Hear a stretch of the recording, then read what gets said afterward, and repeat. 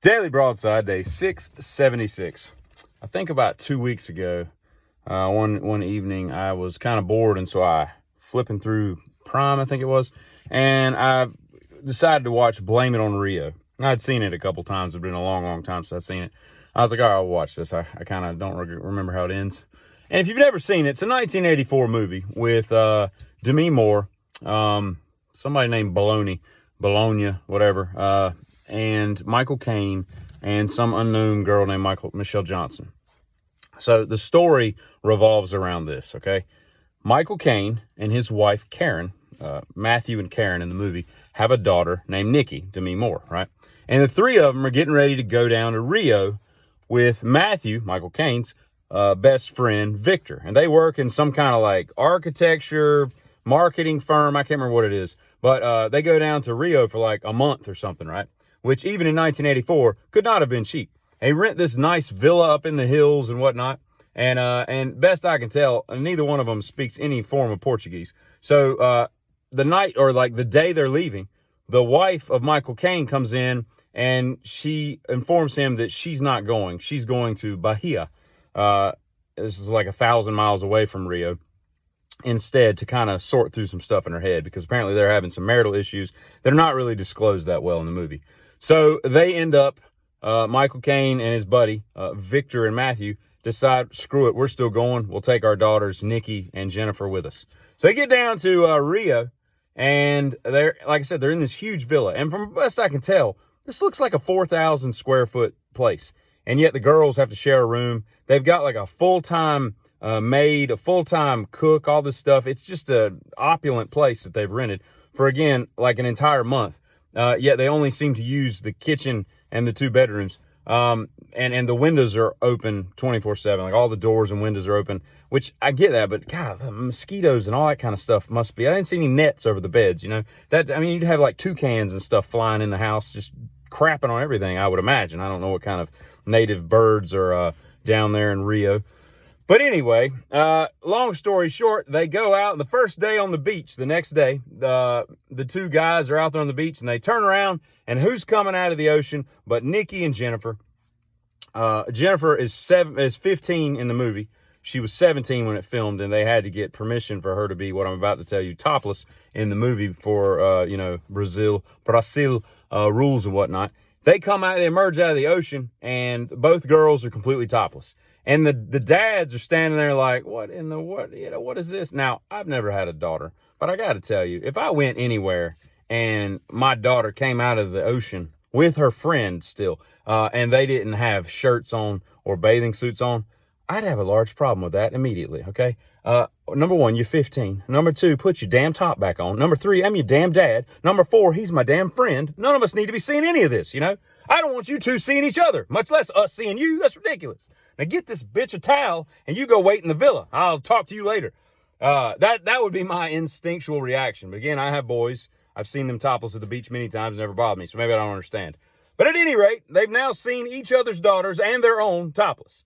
Okay, so they go to like a wedding or something that night, and long story short, Michael Caine's character ends up hooking up with Jennifer after she kisses him and seduces him, and they screw on the beach. I want to remind you that she's 15, okay? He is, in the movie, I don't really know how old he is in the movie, but in real life, he was born in 33, since 84, so he's 51 years old, okay? He's 51, she's 15, okay?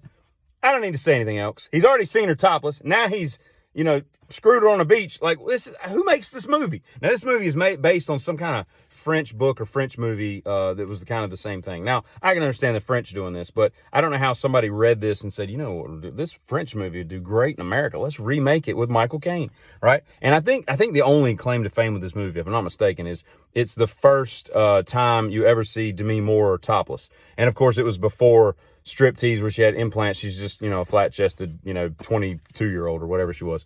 Anyway, so long story short, the affair continues and grows, and he's trying to end it, and she's trying to whatever, seduce him more and all this. So finally, the whore daughter goes to her father because they have a really tight relationship, and he's like, Daddy, you told me that I could tell you anything. If I ever had to tell you anything, you wouldn't be mad at me. And he's like, yeah, what do you got? He's like, I've made love with an older man and all this. And he's like, what? I'm going to kill him. I mean, and so he goes on this rampage, right? So he grabs Matthew and they're going to go find him, right? Now, the population in Rio de Janeiro in 1984 was 9.5 million people. Again, nobody speaks Portuguese in this villa. And he's going to go hunt down the older guy that banged his daughter. What? And Inspector Clouseau, what is your first clue to this, solving this crime, you know? Long story short, even further, he eventually admits that, you know, Victor, it's me. I am the one who had relations with your 15-year-old daughter, who we both saw naked the second day we were here. And so he gets all mad. But then he tells him, he's like, well, I've got something to admit. I've been banging your wife, and that's why she's in Bahia, right? So they end up calling the wife, right? And she's like, I'll be right there. Now, I'm sitting there going, I don't know where Bahia is. I can put Rio on a map, but I don't know where Bahia is. I looked it up. It's like 750 some miles away. It's like a 3.5 hour plane ride. She shows up in like 30 minutes because Jennifer has taken to overdosing on sleeping pills, and she's now in a Rio area hospital. And Matthew and his buddy Victor have kind of made amends because, oh, you banged my daughter? Well, I banged your wife. Okay, we're even. No, we're not even. That's not even close to being even. And he ends up making up with the wife, and they're going to work on their marriage.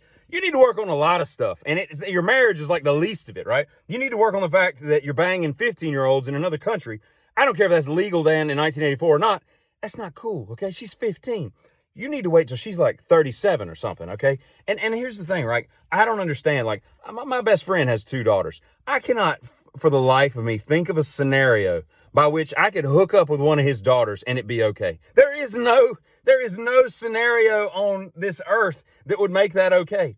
Even if he was banging my wife, you know, I don't get it, man. And in this movie, you know, the only thing that was even interesting about this movie is I like Michael Caine's Cockney accent. He almost doesn't sound British sometimes. He almost sounds like another country that has its own, you know, dialect. But at any rate, it amazes me. It's kind of like Don't Meet Your Heroes. I keep rewatching these movies thinking they're going to be good because they were, for whatever reason, amusing when I watched them, you know, 20 some years ago. And they're just bad. You know, I'm slowly getting rid of so many movies in my collection just because I watch them again. I'm like, why did I think this was ever any good? And this movie is no different. Don't waste your time. Giddy up.